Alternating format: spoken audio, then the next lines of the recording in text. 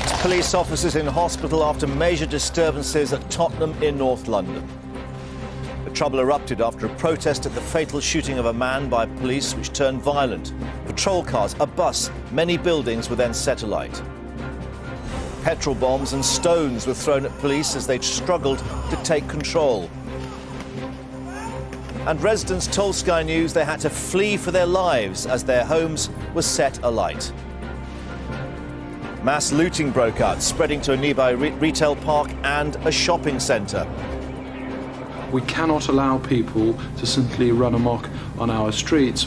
The vast majority of local residents, of course, have nothing to do with this disorder, want nothing to do with this disorder, and they look to the police to protect them. And this is the scene in Tottenham this morning where police have been tackling continuing disturbances. Fire crews have been trying to damp down burning buildings. We'll have all the latest live for you.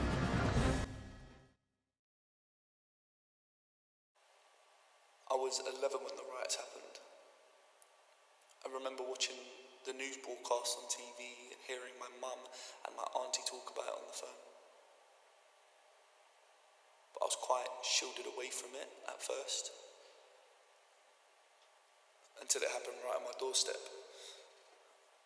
I remember looking out the window and seeing groups of different people come back with trolleys full of electrical goods and TVs. Some were even bringing back food. This made me realise that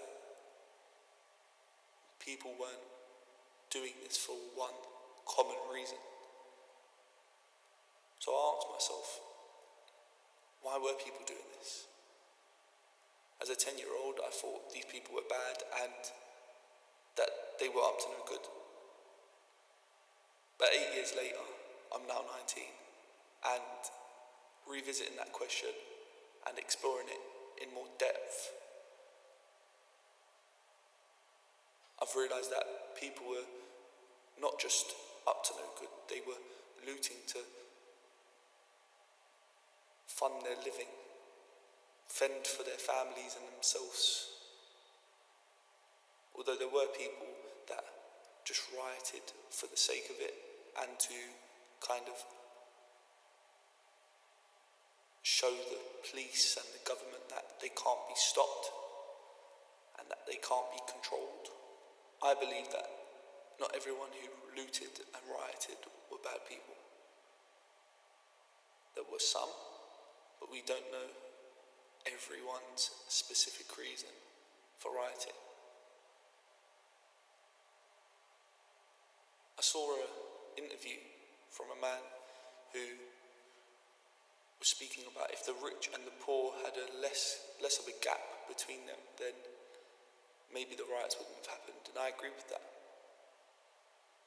People from the lower and working class don't have a voice, they don't have the opportunities to get out of where they are. And if they do, it's very, very unlikely. So I do agree with that. If the working and lower class people had exactly the same chance as the upper and middle class, maybe we would live in a more unified society.